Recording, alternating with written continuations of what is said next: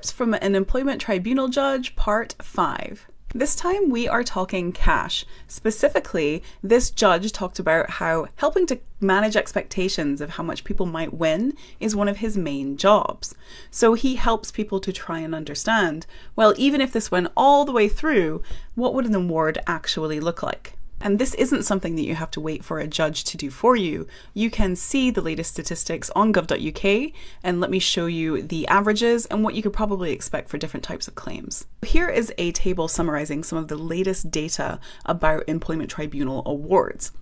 And what you'll notice here is that you're not seeing the £3 million headlines or things like that that you often see in the papers. And that's because those awards are very rare.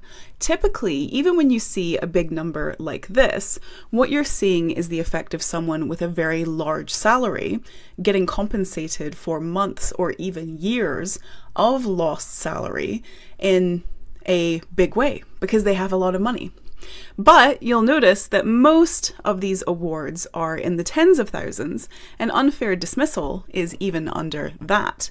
And that's because unfair dismissal, typically the awards are just around lost salary, but all of these discrimination claims have an additional award. That's called injury to feelings, and it adds on to the lost salary or lost benefits. The other thing that's worth noting is if you're trying to settle with your employer, this is a good starting point to work from in terms of managing your expectations.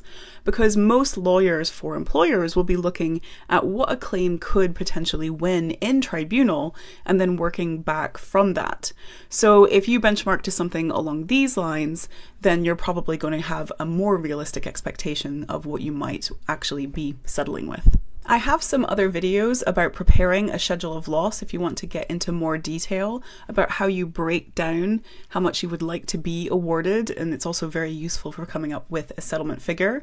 But for the purposes of this video, the tip from the judge is look at the statistics, ignore the headlines, and make sure you're going into the process with your eyes open about what you might get on the other side.